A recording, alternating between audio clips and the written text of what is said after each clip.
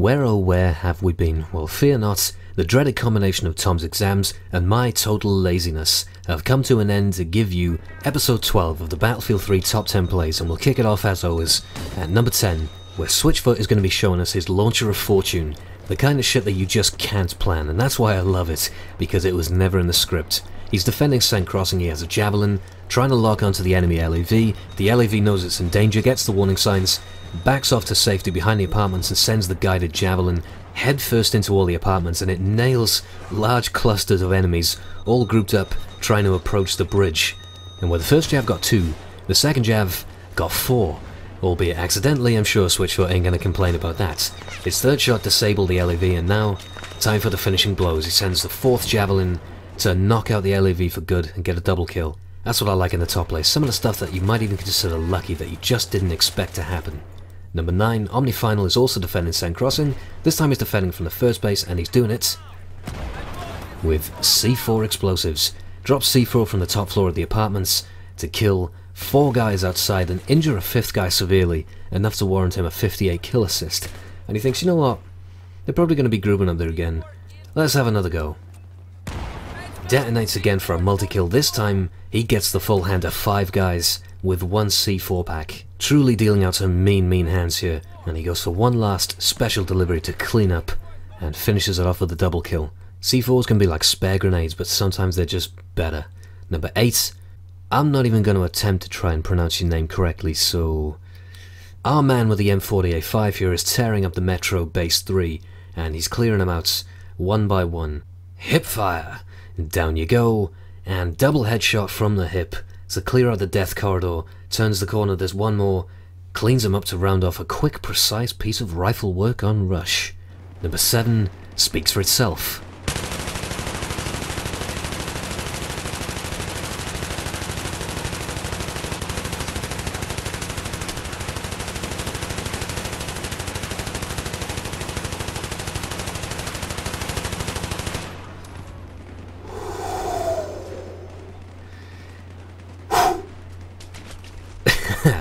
Been a while since we had one of them clusterfuck stairs sprays. I can tell you he had 14 altogether with his M249 saw.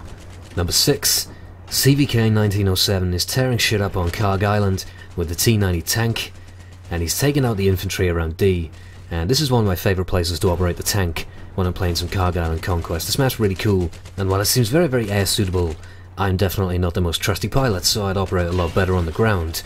Give me a tank and I'm happy, and I imagine CVK would be equally satisfied if you were to give him a Panzer. Then he takes a bombing run from an enemy jet. CVK does not approve.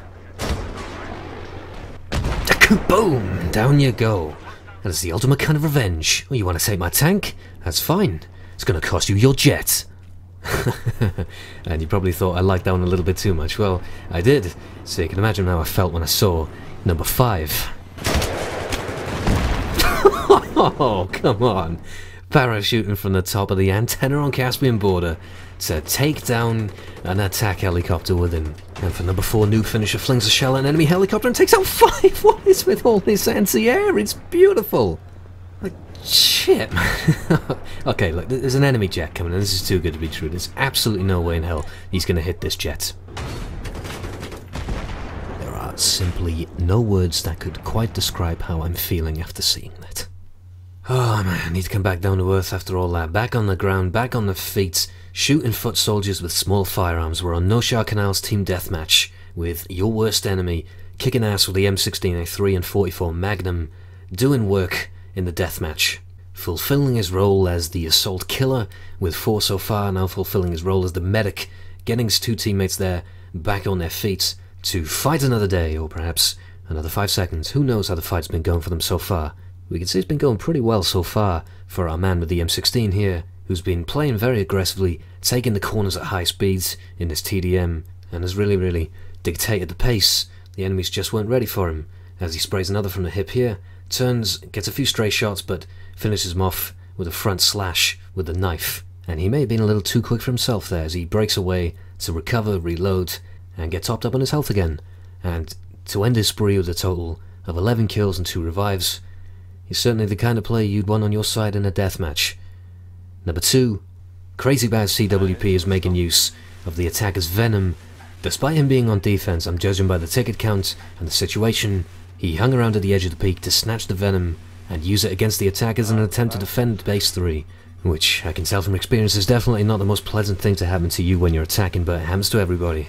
And I guess these guys are going to get used to it and take him the fuck down. That's exactly what they're trying to do. The attackers are throwing a lot of stingers at this venom.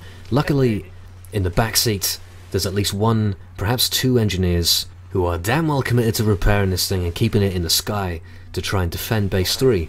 And Crazy Bears is putting in a solid shift on the guns, keeping his eye on that little bird that spawns for the Americans, making sure that it doesn't get up too high, because if it does, that's going to be the end of the venom. And sure enough, the little bird goes down for the second time, but more and more stingers are coming in at this chopper, too many for one set of flares to handle, so the pilot backs away for some repair time and hopefully to deter the stinger's reach.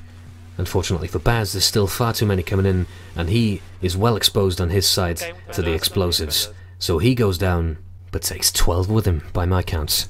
Number 1, I don't know which of you picked the plays this week. I don't know whether it was you, Tom, or whether it was you, Ben, but whoever picked them, you certainly satisfied my love for shooting shit out the sky, as Explicit Leon canister shells a jet pilot in the head, taking him out, and I suppose that jet ain't exactly going to have a pleasant landing after that. And another jet comes by, and he smacks that one down with the main cannon, and that one crashes headfirst into the ground on his left. So that's 2 jets down, and on comes a tank onto his left. He starts putting some main cannon rounds into that, trying to hit it where it hurts a little more in the sides, although he is at kind of a nasty angle for that. Jeep goes by, doesn't let that one fly past, as he instinctively switches to the canister shell specifically for the Jeep to wipe it out, save a cannon round for the tank, puts more cannon shots into the tank, destroys it, and the driver is cowering behind the rock, and don't even peek your head out when there's a canister shell looking at you from the other side of it, because that's going to be the end of your head. This chopper is putting some rounds into the tank, and you will regret ever picking on the tank. Is there a jet coming to my left? Yes, there is. Bet you wish you hadn't done that now, don't you? Do not mess with an M1 Abrams when the driver don't like being picked on. And that helicopter didn't do anything, but he's going down anyway. Oh my goodness.